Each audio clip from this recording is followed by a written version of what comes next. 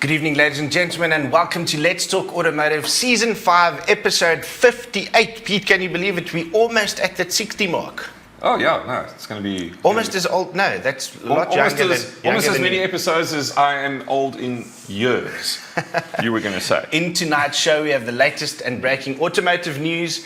Our guest tonight is Frank Kistler from Franksway, a YouTube channel. Very interesting guy. We're going to have some fun there. And we're going to have his son on. Yes, and we review the Mitsubishi Expander.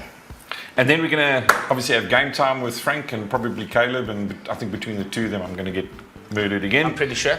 And we're going to have our segment on how things work, where we're going to have a look at fuel consumption figures and how the manufacturers achieve those. And then we're going to have a meme of the week. Awesome. Ladies and gentlemen, this is Let's Talk Automotive.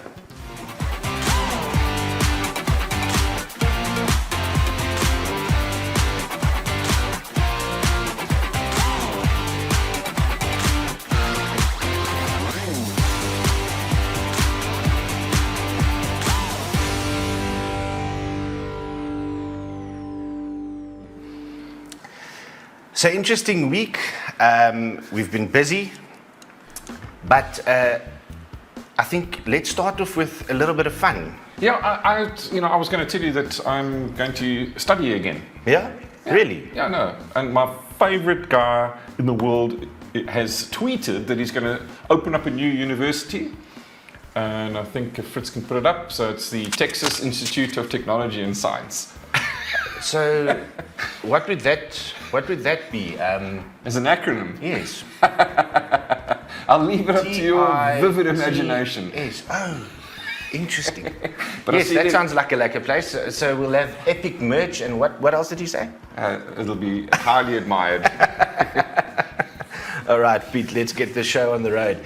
If you guys are joining us on Facebook, please like and subscribe to our YouTube channel. Who's this? Murray. Hello, Murray. Peter Cronier is also joining us. Murray Crocombe, thanks for joining us. If you guys are joining us, please go to YouTube and also subscribe to our YouTube channel. And remember that this is an interactive show, Peter. Yeah. Yeah. And I just wanted to find out about our subscriber status, because we had a little bit of a celebration about clocking 1,000 subscribers. It's on 1,000, Pete.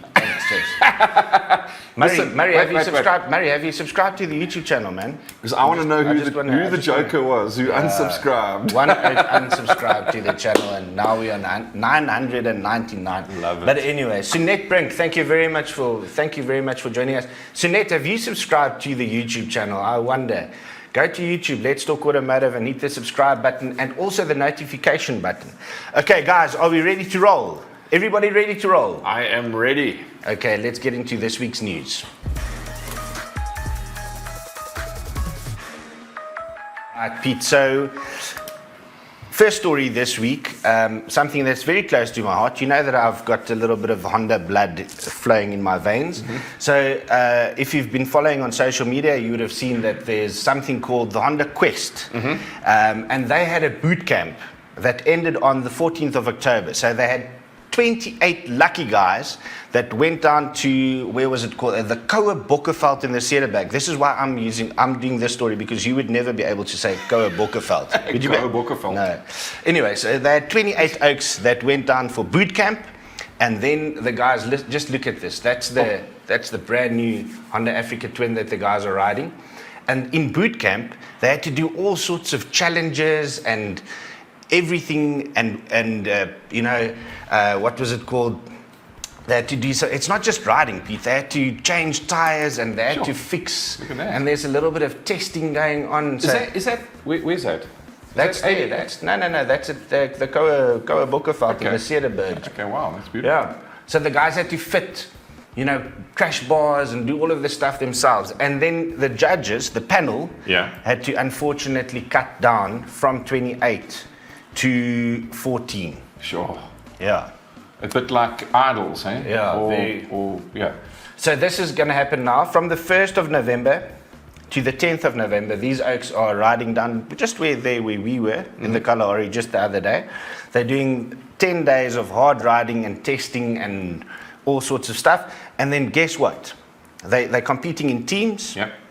The 2 oaks that win get the bikes. Phew. Isn't that amazing? When are we going to enter? I Well, I don't know. suppose if I'm part of the team, Yeah, maybe we you shouldn't wouldn't win even the go. bike, eh? All right, so that's Honda Quest. So if you guys want to follow that story, they're very active on social media, but you can also go to the website www.quest-trueadventure.com to follow all the happenings of the Honda Quest. Awesome. We maybe need to follow that a little bit more closely, eh? For sure, for sure. Okay, so second story. What are we talking about? We got two to choose from. One that we had planned and one that I saw this afternoon and thought Let's talk about the Toyota. Okay, so Toyota President Cyril Ramaphosa joined Toyota South Africa to celebrate the Toyota Corolla Cross ahead of its local media launch, and there is the president himself, and next to him is the president of Toyota, Andrew Kirby, and it's quite interesting. So there's I think the news for me is how much Toyota is pumping into this economy. So they, if you look at their cumulative figure of investments over the last period, it amounts to 6.5 billion rand, which is substantial. There's also a lot of localization that's taking place with this. So a lot of local parts suppliers. So there's 621 parts that are going to be manufactured locally, and that's resulted in 56 local suppliers. So it's more than just Toyota building vehicles. It's looking further down the value chain that's creating jobs. So I think hats off to Toyota for having the courage to carry on investing in this country. Awesome. Okay, so and the final story for tonight would be something that we spoke about a while ago. You say there's some happenings with Mercedes down under. Yeah, so I don't know if the Australians have gone barking mad during their lockdown, but the dealers have decided to take Mercedes-Benz to court, and of course we're talking about Mercedes-Benz in Stuttgart, and they're going to be suing them for $650 million in lost value because Mercedes-Benz is moving to an agency model in Australia. Yeah. We were actually interviewed by an Australian podcast about the agency model because Mercedes was moving to this. I don't understand it because in South Africa it's worked very well for the dealers. Yeah. It's crazy that at the end of the day, think about it this way: the dealers with this agency model don't have to own their stock anymore. So imagine the savings in inventory costs alone. Yeah. So I'm not quite sure what's interesting, and I think we'll keep a tab on that and make sure that we follow the story to see what happens. Like you say, that's also carried over and is happening in South Africa as well. So let's see what happens. Murray says, thank you so much to the late Dr. Johan van Zyl. He's obviously referring to the Toyota story. Yes, absolutely, Murray. Sunette Brink says, awesome show, guys. Thank you so much, Sunette, for joining us. We appreciate the assistant. Give us a little like there. Let me just see if I can see your like. There's a little bit of a delay. Let me see if it comes through. Guys, let's get on. I think, Pete, that's the story for the news tonight. I think we should get on to our guest of the week. Yep.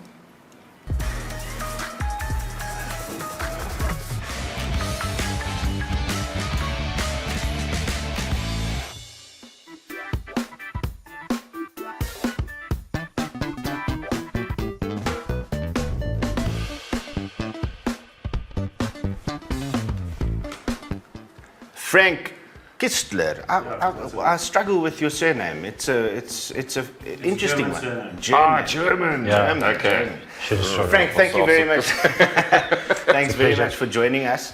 It's an interesting one. I met Frank probably about 5 or 6 years ago. That was on the Honda event, yeah. When I was still with Honda, and we had a Honda Africa Twin event, and this oak rocked up there with the Honda Africa Twin XRV 750, old school Honda Africa Twin. I absolutely fell in love with the bike. Oh, that was a very good catch there. Because I know you. Yeah, and from there we've just been keeping tabs, and Frank is actually just like this automotive guy.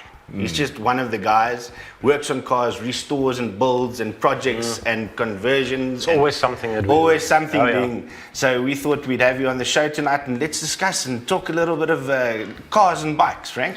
Oh, Fanie, thank you very much for having me on the show. I really appreciate it.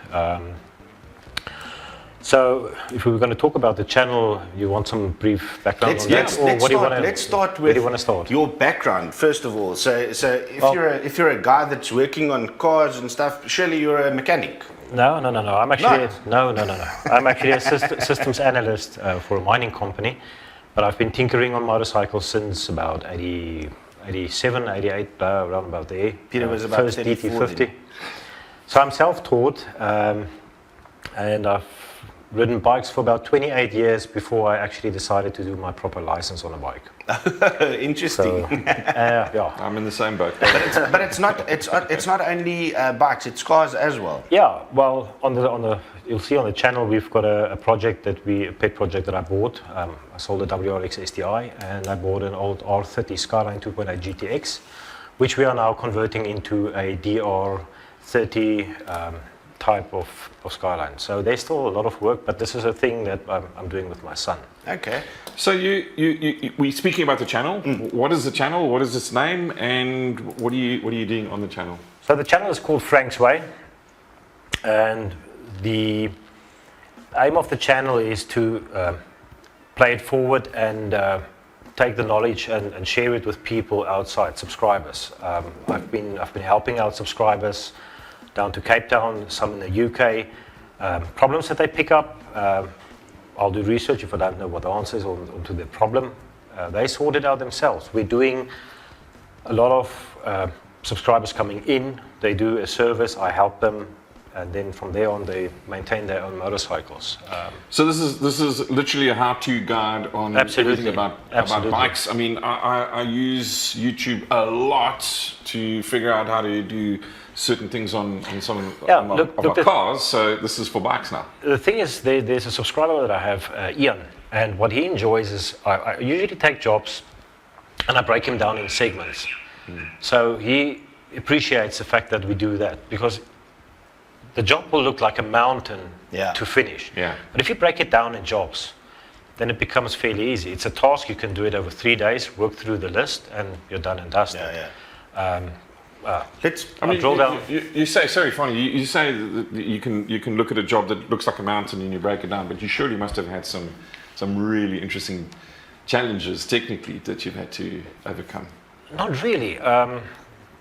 It's all mechanical. So if you start working with laptops and updating software on motorcycles, sure. Yes. I mean, you should just approach it cautiously, take your time, don't overrush anything, and as I said, on the motorcycles, it's mechanical. Yeah.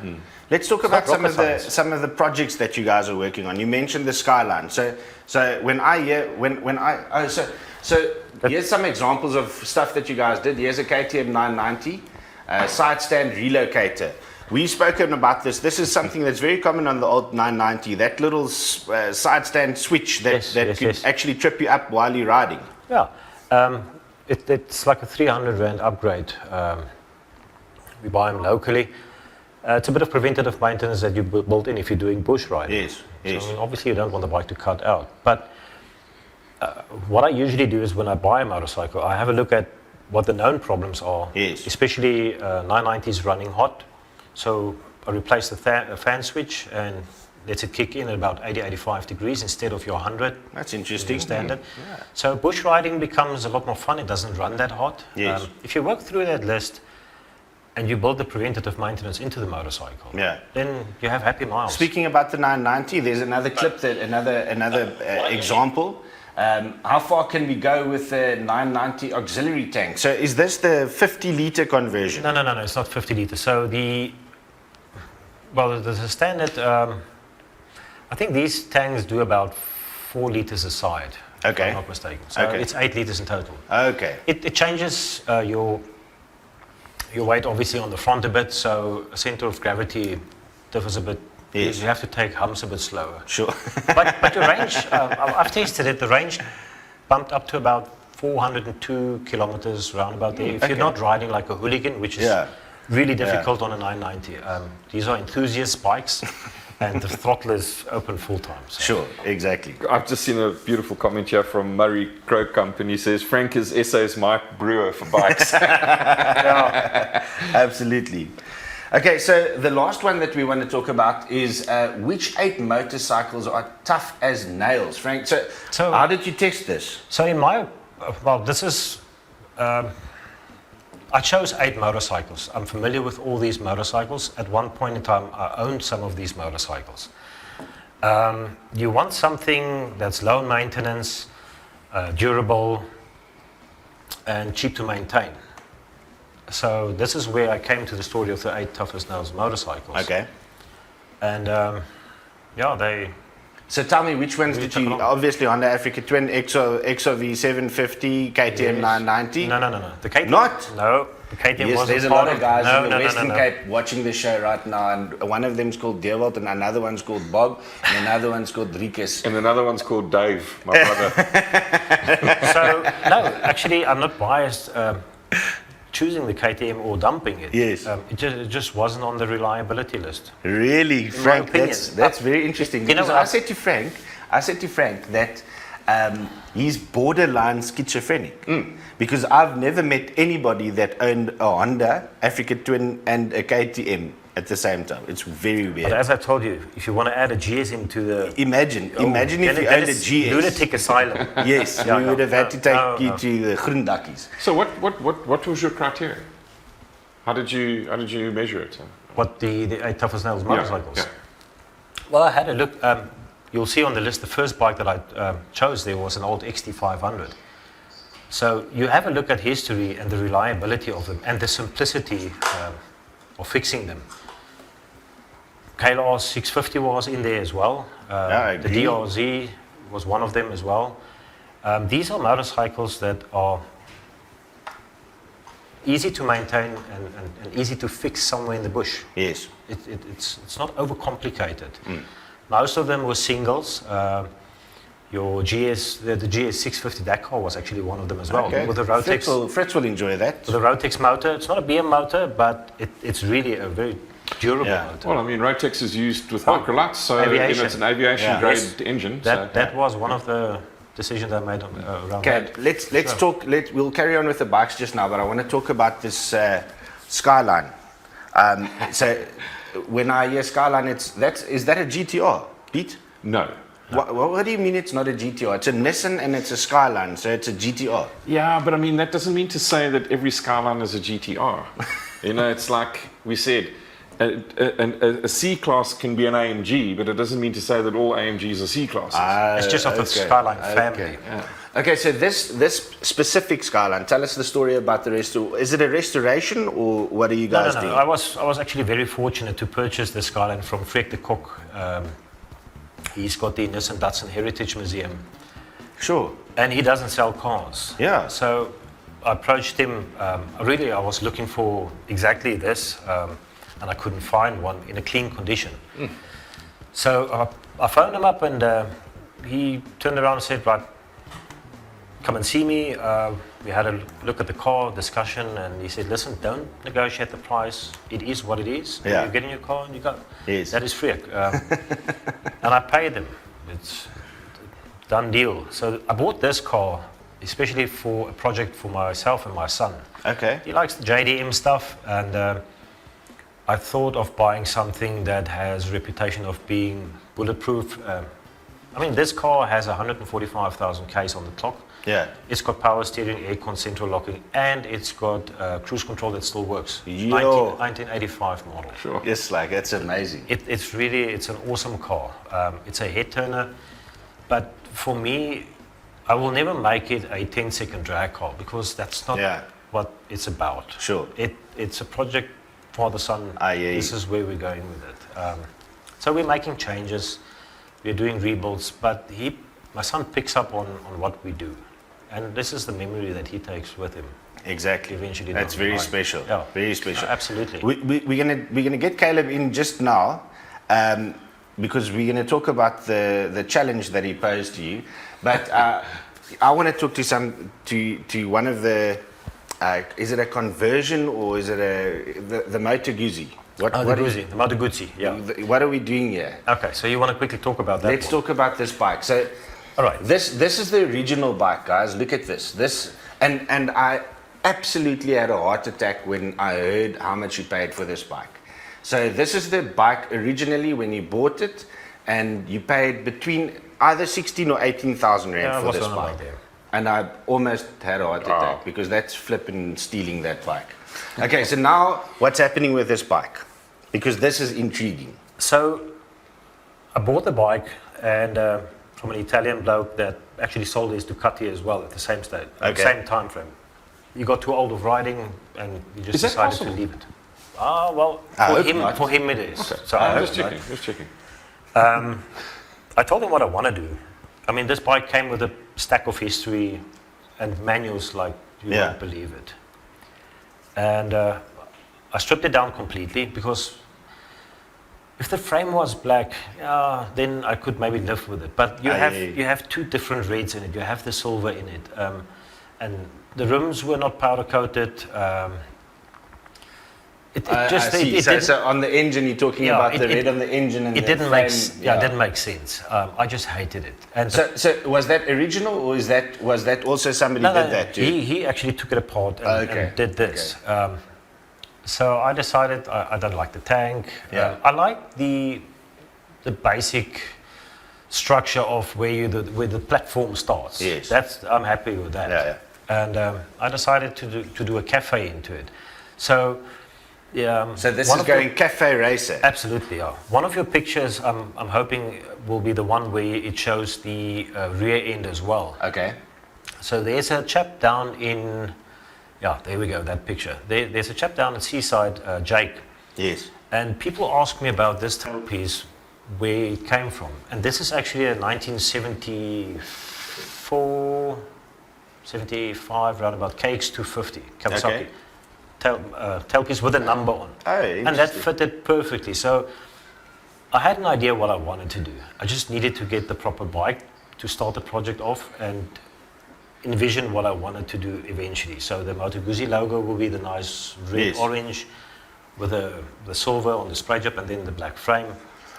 It's getting two carbon fiber pipes out the back, like your, not your 990 style, but some of your Ducatis Yes. that, taper upwards. That's very interesting. So everybody that knows me knows that I absolutely love cafe races, and knowing that you paid 16 or 18,000 rand for this, I think 25 is a fair I was offer. going to say 20, but I mean, you 20, know, 25 is a fair offer. So when you're done, please just let me know, and then I'll. At least we haven't transfer drank it, we haven't had any alcohol yet, so that's good. Because then I would have most probably said, chop, son. oh, okay. We're going to have a couple of beers All right, afterwards and all sort right. that out. Okay, so let's move over to the Africa Twin restoration that you did. Right, the Africa Twin. That was also, I hunt motorcycles down on junk mail or anywhere that I can find them. And this Africa Twin, I actually just finished the XR 500 build. And what happened with this one is the guy fell over twice with it, and I think it was just a bit too heavy for him. So he advertised it, had a look at it, and I snatched it up. Mechanically, it was fine. We did a normal oil service on it. There wasn't any issue on that, but obviously the spray job was a mess up. How much did you pay for that, did you say? That one I picked up for 22. Okay. Wow. I think fair prices for those in good conditions probably about 45, 50 thereabouts. Yeah. So I picked it up for 22. I remember the spray job alone cost me close to $5,000 about. Yeah. Decals was an additional cost. Seat, there were quite a few small bits and pieces Yes. that came in. But a friend of mine that I've known for like 20 years most probably now, he had a look at the bike when he came and he said, Frank, this is my bike. Oh really? I said, well, here's my bank detail. You need to start paying. So he actually purchased it Okay. for 45. He bought it. Okay. Amazing. So I wanna. There's one question. Obviously, working on the older bikes, because everything that we've seen so far is like these bikes were, I think, manufactured in 98. 2000 Yeah. until 2003, 2004 thereabouts. Then they stopped them. The KTM 990 probably a bit later. Yeah, the 990 came in 06 and then went up to, I think, 2012 and they discontinued production on them. Yeah. So how difficult is it to actually find parts? It's not. Those Africa twins aren't, No, they're not readily available Yeah, you anywhere. can't- that you go can't body just find parts one. or anything. But if you have a look now, which we're currently sitting in on the internet, you can buy anything off the internet. But Yeah. one of the videos on my channel is actually my biggest fear always was getting parcels in through our local post office. They just disappear. Yes. So there's a video on the channel where I actually got a way around it. So Okay. you either use DHL or Yes. the big companies, Yeah, and yeah. it ships to your house, Yeah. to your doorstep. I hear you. It's just a bit more costly, not quite massively more costly, but you're guaranteed to actually get your Exactly. package. Well, I So suppose is that's probably going to be cheaper than Yeah, using a whole part. exactly. because, Yeah, absolutely. I mean, I've bought parts out of Italy. That's what I wanted to Germany, ask you. Is it all from overseas or do you US? source locally? No, all the parts I usually buy. The only parts that I do buy locally is from Startline in Joburg when Okay. I do some restorations. I mean, these guys have been helping me out for a long That's very time. interesting. Startline is really something. But special items are all overseas. Yeah. Yeah. I think let's get Caleb in here because it's a special story. Caleb, come join us. Let's see. Kom staan hier so by jou pa, Sena. Staan hier so tussen Pieter en jou pa. So Caleb, tell us the story about. Yeah, Caleb, say how's it to everybody? Hello. By the way, just Yeah? before you say that, this is the second Caleb who's Yes. part of a father-son Exactly. build team. Eh? Yes. Because Edward and Right. Caleb. Yeah. Yeah, Edward and Caleb's doing the what is it? The It's the IndyCar, the mini Indy, yeah, yeah. mini IndyCar. Yes, okay, I Yeah. remember that one. Yeah. You talked about it. Yeah. So tell us the story about your channel, and how Caleb's involved in this. Right, okay. So Caleb, I bought a 1988 RM80. Locally, we did a bit of a piston and rings rebuild on it. And the aim for me is on the channel is, as you know, playing it forward. It's a Yes. community thing. Get people in, have them do their own services or assist getting their own services done. Yes. Whatever the case may be, we will do some reviews, do fabrication in-house, and projects. Yeah. I most probably will never stop projects. Obviously, the Guzzi will most probably go to you. We'll see how that one works out. After a few beers. Stick around. You're going to circle with that one. Yeah, the KX250 I purchased to actually just do a bit of riding with him Okay. for the meantime now, until that leaves. But I think the things that will stay is obviously the Africa Twin and the 990. But Caleb challenged you to start this. let's start there. So Yes. usually this starts with Dad, I challenge you to do this, because he wanted to do a gaming channel. And I thought, well, kids, how they are these days, they'll tell you, let's start it, and then it'll like filter away, and Yeah. from their side it's gone. And it's Yes. something we talked about last week, and Correct, yeah. it's done. And I usually take him up on the challenges, and Okay. we've started it up in March. 15th. Yeah, around about there. So I had no idea how to edit. I mean, yes, mechanically, and I can work on motorcycles, but Is it fine difficult, editing- Caleb? Is it difficult working with an old bully? Because I understand your pain. Is it difficult, Caleb? Not really. Not really. If you understand him, it's all right. Out of the horse's mouth. Okay, So yeah, awesome. then we started the channel. I had a look at what works, and you know what? The one thing that I tell people is what I don't do. Is Yes. I really, once in a while, I have a look at the subscriber count. But for me, the most important thing is the content. Yes. I don't care about the subscribers, because you need to have subscribers, growth subscribers, Yes. that actually have a passion in what you do. Exactly. Otherwise, it's empty promises lying there. Like, I've got 5,000 subscribers, but Yes. it's worth nothing. Nothing. Well, wait till you get to 1,000, and then some joker unsubscribes, Oh, yes. and you get to 999 again. I've seen that. I've seen that happen. Well, I mean, Yeah, but the thing is, listen. The other thing that's very important is now you're sitting there and you're looking at this one subscriber that left, and you go like, "What did I do wrong? Where?" Yeah, It's yeah. not the case. I've a lot of times I've had a look at a channel on YouTube and then decided, okay, something else. Yeah. Unsubscribe. Yes. But there was no reason for it, why Sure, I did it. sure. It was just, Thanks for making us feel a little bit better. No, I've got one last question before we go to the review, and it's for Caleb. So, Caleb, what is the most fun that you've had with your dad on some of these projects? Is there one thing that stands out for you, a specific project, or maybe one thing that you guys tackled on a project? Is there something that stands out for you? I really like the cars, like the Skyline. I'm into JEM cars. I've enjoyed it like a year ago that I started. Okay. But I enjoy the Skyline, helping my dad wiring the fans or... Sure. I've got one question Yeah. for Caleb. Yeah. And that is now having done this, has it maybe opened up your horizons to maybe a career path that you want to look at, or has it made you more determined to knuckle down and do a little bit more homework so that you're good at the maths and the science part? He's already getting 7s on his report. Is it? Okay, so he's a clever guy. Very. Awesome. But yeah, let him answer that one. That's interesting. It has opened a little bit up. Like the Skyline, I know a little bit more how to do stuff on it now, and I'm learning slowly. But I'm also thinking about career. I was thinking about being like a diesel mechanic or something, but it's a lot of work. A lot of work. I'm a I lazy can see why person. he's a clever guy.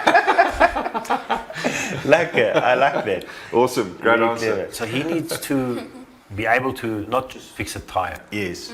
next to the road. He needs to Exactly. have a bit more knowledge. Yeah. Now I know I can go riding with you, and when you're older with you. Or now. Can I go now? Oh yeah. Will you be able to fix my bike? I don't know. Will he? It depends if the distance is 1 kilometer or 1 meter. All right, guys. Thank you very much. You guys aren't going anywhere, but while we get ready for game time, you guys at home are going to watch the review on the new Mitsubishi Expander.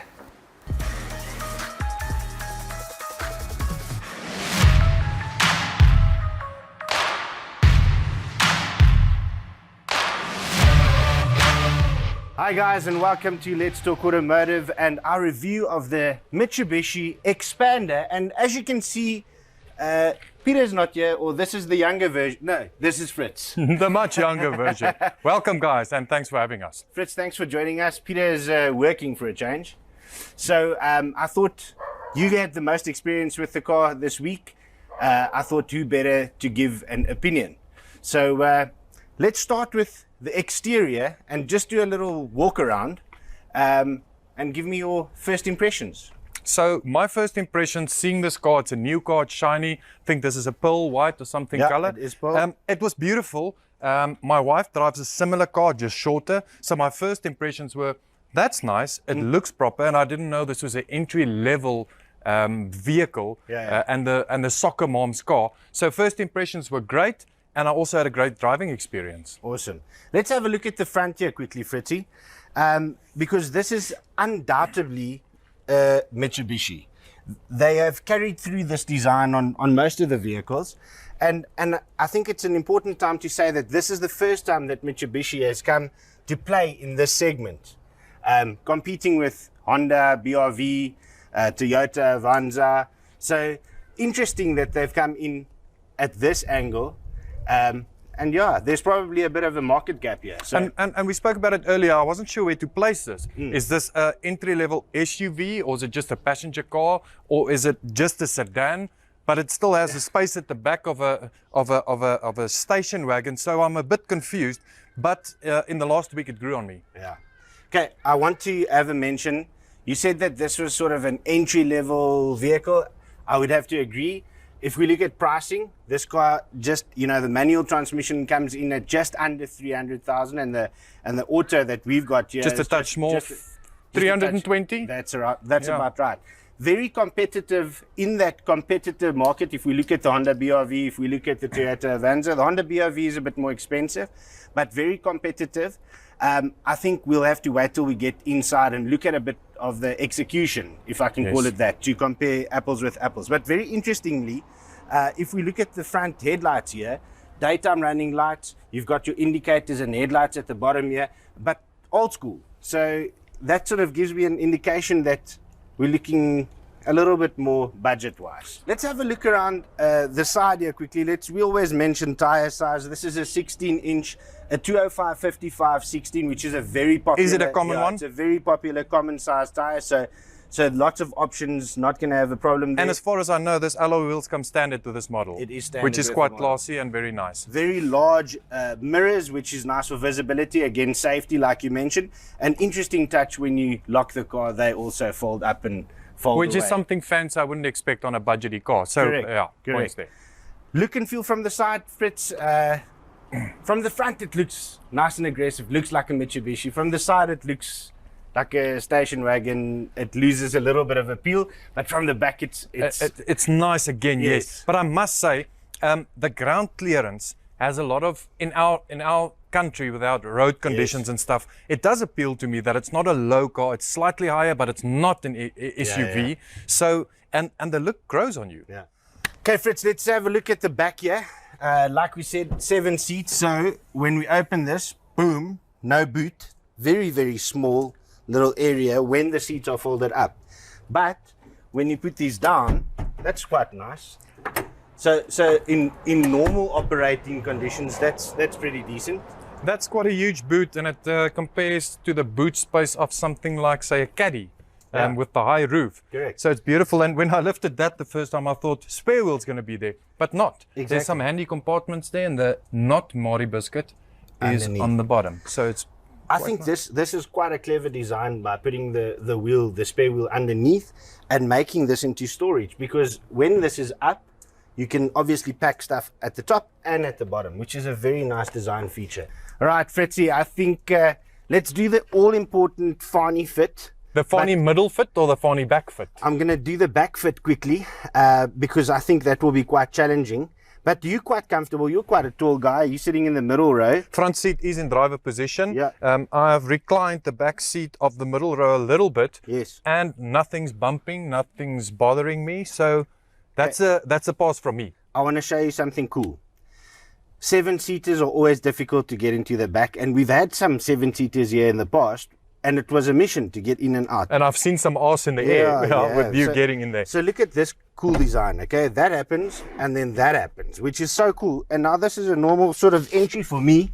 And I get in, so I'm in, but now the big test will probably be putting this boykie up. So let's do Okay, that. so headroom, pass. Yeah, absolutely. Knee room, let's see. There we go. Okay, so Fritzy, it's tight. If I really have to, I'll be able to. 200 kilometers. Never. Please understand, and this irritates me, this is not for adults at the back. Yes. It's for kids, and it will work perfectly.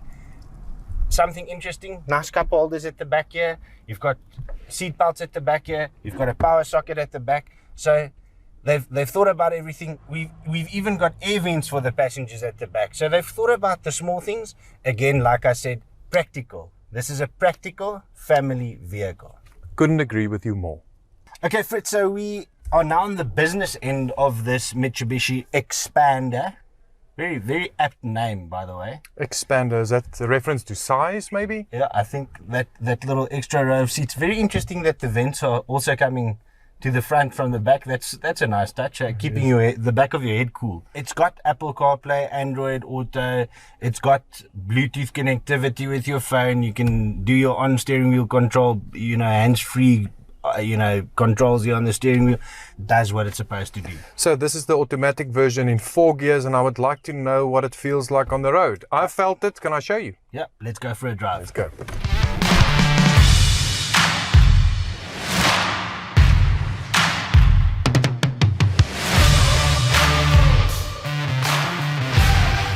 Okay, Fritzy. So, you said you're going to take me for a drive. So, let's talk about a couple of things. This is what I want to get out of our chat inside the car. I want to talk about comfort. I want to talk about engine performance. I want to talk about, everything that The experience. The experience more than anything else. Okay. Okay, I'm gonna maybe then try to experience it as a mom that has to do everyday driving with passengers, or because I don't think a business guy will buy this to take his friends to the sea or something. Sure. So let's start with a drive. Nothing fancy, nothing difficult. Everything's where it's supposed to be. So I'm enjoying it so far. Okay, so nice and smooth on the steering. Our suspension's actually very nice. There's a couple of bumps in this road that we're traveling along. So suspension's impressive. Steering wheel's nice and light, you said. So It's light, but not too light. Some smaller cars, the power steering is too aggressive, and it feels like you can roll this car easily. I feel in control. It's quite nice. I did some cornering, and it's actually quite sturdy. I've got the feeling that I'm driving a bigger car than what this is supposed to be. Sure. Yeah. Seats, very comfortable. When we were in the back, the seats are very comfortable. It's nicely upholstered. There's nothing negative about this. I think if I could ask for anything ergonomically, I would have an elbow rest here. Yeah. It feels a bit empty, but a previous car that we drove had a very high center console that was actually quite weird and made you feel quite boxed in. But this is nice and spacious and good for now. But something that's very obviously missing from this car is standard execution USB ports in the front, at the back, everywhere. So I did notice ample power sockets in the front, in the center, sort of center glove box, and all the way at the back. So if you have adapters and stuff, all the kids can charge their iPads. But yes, there's maybe a touch missing.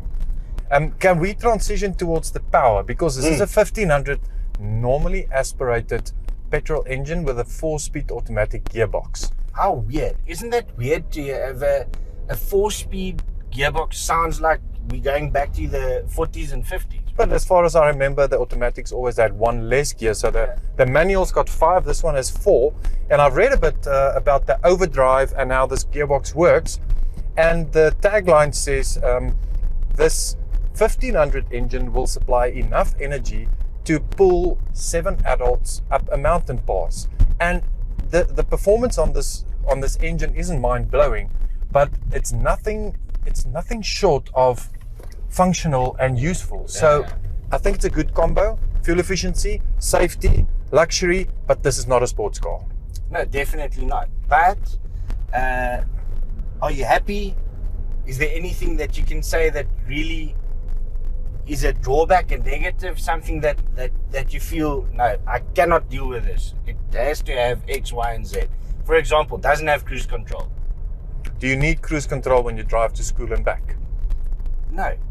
So again, higher level vehicles would require more functionality and add-ons, but this is aimed at a specific market, and I think it hits it well. Remember the things: brand reliability, backup, safety, ISO points everywhere for car seats and things, so you can easily put 2 kids in car seats and have more kids in here.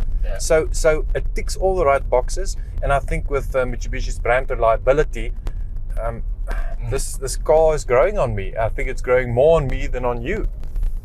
Yeah, but I think we sort of just in 2 different places when it comes to this. Like, and that's the beauty of different models, different specs. With this automatic top of the range model coming in at just over 300,000, that's good value for money.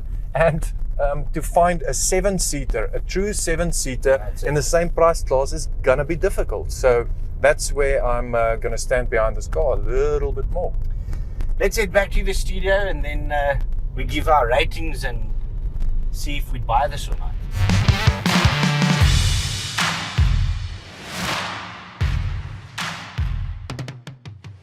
So Fritzy, I think it did everything that it was supposed to do, so I'm pretty happy. You don't have hair, but did I blow your hair back? Thanks for that. Yes. I don't think this would add to my hair loss.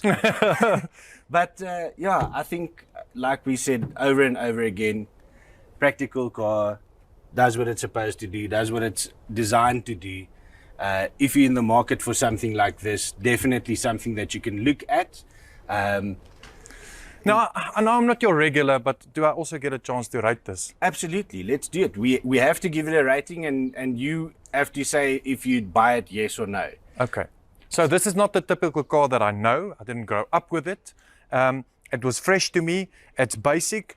The fact that my wife likes it and my kids liked it, and that she actually wants to change a crossover for this is a good indication. So in this market segment, out of my humble opinion, I would give it a square 9 out of 10. It does what it has to. It's decently priced. It doesn't blow you away with the power, but still, it executes, and it's the soccer mom car, and that's what I guess it's for. Yeah. Okay, so that's a yes. And Will I buy it? a yes and a 9 out of 10. 9 out of 10, I'll buy it for my wife. Yourself? Okay, so I'm going to give it 8 out of 10, just because I know that other models has a bit of a better higher execution. You don't get a higher execution model in this. So a good solid 8 out of 10. It's definitely something that you could look at. I wouldn't buy one. Unfortunately, it's just not something that appeals to me or fits into my needs for a vehicle. But that doesn't take away from the fact that it does everything that it's supposed to do. Practical. If you're in the market for this, it's on your It short suits list. me. I'll take it. Thank you. That's it for our review on the Mitsubishi Expander, and we'll see you guys again next time. Cheers.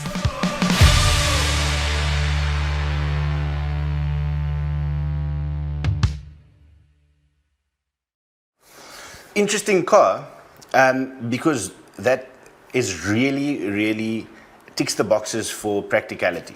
And it's a surprisingly busy segment, Yeah. if you think about it. I mean, one of the models that you didn't mention as a competitor is the Suzuki Ertiga. Yeah. So basically 4 cars exactly the same, competing for the same spot. Yeah. Yeah. Okay, but you see that these guys are still here, and they're here for a very specific reason, and that is because we are now going to have game time. So you guys at home watching with us now can actually join in with the game and have some fun. What we're going to do, Frank and Caleb, is we're going to show you a partial picture of a car, and you have to then guess what car it is. Okay, so who's playing who? Is it father, son versus Peter? Oh, why not? Obviously, okay. Lost that one. And listen, by the way, there's always a conspiracy for me to lose on this. Absolutely not, man. Okay, so this is what's going to happen. We're going to show you the partial picture of the car. If you guys at home recognize it, please put your answer into the comments below the video, and let's have some fun and see if you guys can get it right. Are you guys ready? Yeah, you have to ready. shout your name if you recognize the car, and then I'll come to you, okay? Okay. And the clue that I'm going to give you tonight is 1970s. So you might have a chance I here. might have a Let's chance. see. You might have a chance here. Papa? Okay, here's number 1. Peter. No. Is that a It's not- Alfa Romeo? It's an Alpha, definitely. Yeah. I would say Julia. Giulietta. No. It's an Alfa Romeo. Yeah, it's an Alpha. It's not a Giulietta. No, I'm not too familiar with the Alpha, so Really, I'm Frank? going to pass on that one. That's okay. So, Ooh, lekker. So half a point ahead. Yeah. Half a point. I got Alpha. I'm going to go to the Jerry. Fritz, Just is to that tell half? me- Is it half a point or Is it not? not a GT Junior? It's a GTV. That's a GT Junior. It's a half a point to me. Half a And point? Actually, one of my teachers at school had that. Really? He had a red one.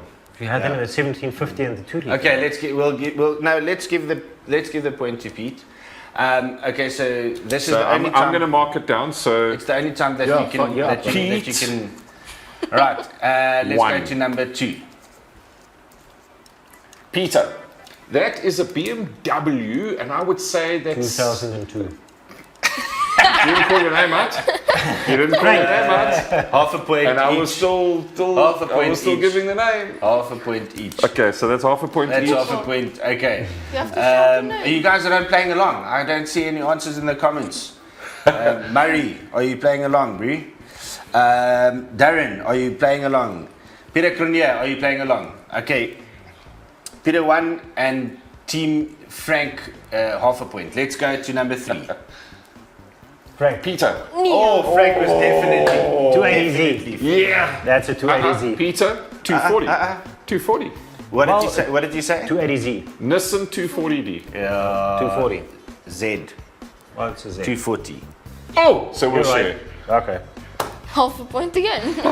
Half. We kind Okay, of we okay. mixed and mashed the Peter gets nothing. I said 240. Yeah, but you didn't say your name. I did. He's I did biased. say one. But late. Rewind. Late. Ay, Okay, so what's the points now? Lagging. 2? So no, it's one. It's It's 1 each. one each. Yeah. Yes, okay. Yeah. Here's the next one. Frank, that will be a. Yeah, it's a Challenger Charger. Charger. Did you say Charger? Yes, that is absolutely correct. There we Wow, go. good one. Well done. Flippin' cool car, man. Yes, I like that car. The Dodge Charger. Okay, so now it's 2-1, correct? 2-1, yeah. Yes, All right, okay. So 2-1. And where are we, Fritz? Number 5. Here's number 5. Ooh, I made this difficult. This is so difficult. That is And Frank. it's actually so easy. Frank, is it Pontiac Plymouth? No. Oh, What? I made this. It's so easy. You are going to kick yourself. I know. But this, I just made it a little bit too difficult. Think muscle car. Think what else? What? Oh, wait, Z28. No. No. Look at the mirrors. What was Delora? No. No, that was not a DeLorean. No, not a DeLorean. Delora, the car from No, Gone it in wasn't, 60 it Seconds. wasn't even called the Laura. What was it called? What was the car in Gone in 60 Seconds called? Mustang not the GT500. Oh, yeah. Eleanor. Eleanor. The Eleanor, Delora, sisters. Come on. I'm going to give you a bonus point for saying Eleanor. So give a point there. Could it be a Mark 1? Fritz, show them that car, bro. It's a Mark 1. That's the boss. Ford Mustang. Nice, eh? Mark 1. I thought it was. I'm gonna give Frank another bonus point just because I want to. Okay, and let's see number 6. Okay, I'll try, Frank. Frank, what is that? Z28. No. No, then I don't know. Frank, are you gonna say Z28 every car that I show you? Is that what you're gonna do? It should be some of them. No. Got no idea. Fritz, maybe you should give me a clue. I really don't know. No ideas? Nobody at home? Trans Am.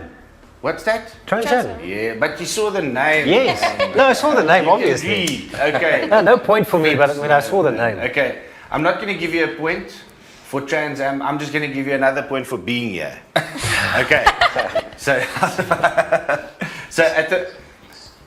It's no hope. I've lost. I don't think there's no comeback possible. It's 7 out of 6 so far. unless Fanie puts 20 points on the Yes, final car. let's throw a bonus point in here. I'm going to give you 10 points for the last one. Okay. Okay, so you can actually win this because it's 7-1 at the moment. 7-1, yeah. 7-1.5. Okay, 10 points on the last one. Here comes the last one. Peter. No, I've got no idea. Yes, I do. Peter. What? Ford F-150. No. Blazer. Oh, Peter. It was so close. But this is the one, it's not a Bronco.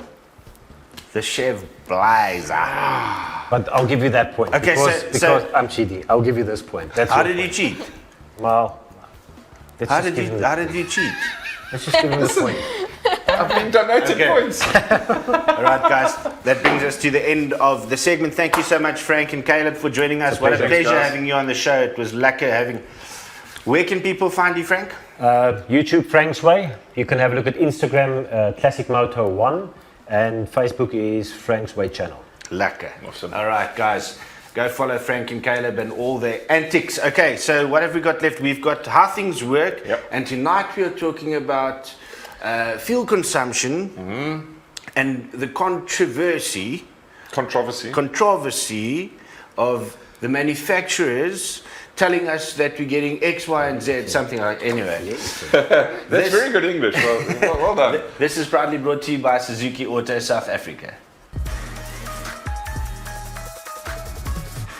Welcome to this week's episode of How Things Work. And in today's segment, we're going to be talking to you about fuel consumption and the rather controversial issue of how do the manufacturers actually measure their claimed fuel consumption figures.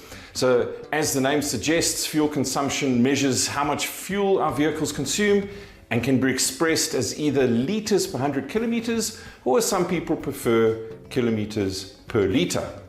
Now, most modern vehicles work out our fuel consumption for us, and we can see the results displayed on our trip meters. However, to work it out is a relatively simple process. So simply reset one of your trip meters to 0 when next filling up with fuel, and then fill up your car to its maximum level. To get the most accurate measurement, drive your car until it's almost empty before refueling. Now, fill up the tank again to the same level as before and take note of how many liters it took to fill up. And if you forget, don't worry, it'll still be on your receipt. And now you'll have exactly how many liters you needed to fill up the tank, as well as the exact distance you traveled using those liters of fuel. It is simply a question of dividing the amount of fuel you used in liters into the distance in kilometers you traveled, and voila, you have a fuel consumption figure of kilometers traveled per liters consumed. Now, if like me, you prefer to measure the fuel consumption in the form of liters per 100 kilometers, all you need to do is divide your number that you got into 100, and this converts kilometers per liter into liters per 100 kilometers. Now, you may have noticed that all manufacturers quote their fuel consumption figures, and in fact, it's a legal requirement for all new vehicles to have this information displayed when they're on the showroom floor. The debate has raged about how accurate these claims are and whether they actually translate into real-world conditions, and the jury is certainly out on this, although there are some vehicles that we've tested which gave us fuel consumption figures very close to the claim figures. So how do the manufacturers develop their fuel consumption figures? Well, firstly, as with most things in engineering, there are various conventions applied depending on what part of the world you're from. And there are three main testing procedures. There's a whole lot, but the main three are the European Union's new European Drive Cycle, or NEDC, which measures an urban and an extra-urban cycle. Other drive cycles included are the EPA federal test in the United States and the JC08 in Japan. We'll have a look at the European test, as most of our vehicles sold in South Africa use this convention, but we'll also explain some of the differences in the testing procedures across the globe, which will then explain to you or illustrate to you why we see such differences in terms of the claims that manufacturers make on their fuel consumption figures between different territories. So the urban economy simulates a 4,052 meter urban trip at an average speed of 18.7 kilometers per hour and at a maximum speed of 50 kilometers an hour. So quite precise, and I think there's a clue here that you'll see that these tests are very, very standardized, and there's a point behind that. The extra urban driving cycle lasts 400 seconds, or 6 minutes and 40 seconds, at an average speed of 62.6 kilometers an hour, believe it or not, and a top speed of 120 kilometers an hour. The main reason why these tests do not translate into real-world figures, I believe, is because amazingly the manufacturers are allowed to do the following. So they are able to disconnect the alternator, use special lubricants that are not typically used in production cars in order to reduce friction during the test, and turn off all electrical gadgets such as the air conditioner and radio. They're even able to adjust brakes or even disconnect them to reduce friction. They also tape up cracks between the body panels and windows to reduce air resistance, and we can see this, by the way, on Formula One cars. And they're able to even remove the wing mirrors. It's hardly how we would drive our cars. And while this may seem absurd, the reality is that Europeans are far more concerned about CO2 emissions than fuel consumption itself. And their tests are therefore more focused on emissions and the subsequent taxes that are applied to those emissions. Tests in the US and Japan are a little bit more accurate, however. The Japanese test is similar to the European test, but the cars are driven for longer and at higher speeds, which I think are a little bit closer to how vehicles are actually driven. And the US tests also simulate so-called urban and highway conditions like their European counterparts. But in the urban tests in the US, a cold engine is used, which is required to make 23 stops over a period of 31 minutes with an average speed of 32 kilometers an hour and a top speed of 90 kilometers an hour. The highway tests use a warmed up engine and make no stops, averaging 77 kilometers an hour with a top speed of 97 kilometers per hour over a 16 kilometer distance. So you can see that the test in the US is a little bit more comprehensive than the one performed in Europe. The measurements are then adjusted downwards by a factor of 10% for city driving and 22% for highway to more accurately reflect real world results. And then a weighted average of city at 55% and highway at 45% fuel economies are used to determine a combined rating. Finally, additional tests are conducted which measure the influence of higher driving speeds, harder acceleration, colder temperatures, and air conditioning use. So with all the differences in testing procedures which give us a varied result for the same car, it's no wonder we are skeptical about how accurate the figures are. But they do serve a purpose when we are comparing one car with another. And it's fair to say that if the same test procedures are used, it is an accurate measurement in determining whether one car has better fuel consumption performance versus another. And despite all the efforts being applied to tests to get them to be more representative of real-world driving conditions, it becomes very, very difficult to factor in our driving habits, the terrain that we're operating in, so hilly versus flat conditions, our temperatures, atmospheric pressures, altitude, and even the quality and grade of fuel we are using. So the next time your fuel consumption figures don't compare to the claim figures, don't stress too much. There are no conspiracy theories to provide misleading data, but rather inconsistency in the testing procedures and their actual use, which is mainly for licensing and tax purposes. And if you really are still concerned that your car is using too much fuel, there are a few online resources where thousands of drivers have uploaded their figures for comparison, and one such website is called Honest John. So we hope that you found that information on how the manufacturers develop their fuel consumption figures, and we look forward to seeing you on future episodes of How Things Work. Wow, there you go. So now you Now I know. now you have it, eh? Now I know. All right. Thanks. So, guys, I think before you leave, thank you very much once again for joining us. I've got two last questions. Frank, for you, future plans, especially with the channel? Well, future plans for the channel is obviously always playing it forward, and that's at the given time now. That's what I want to do with it.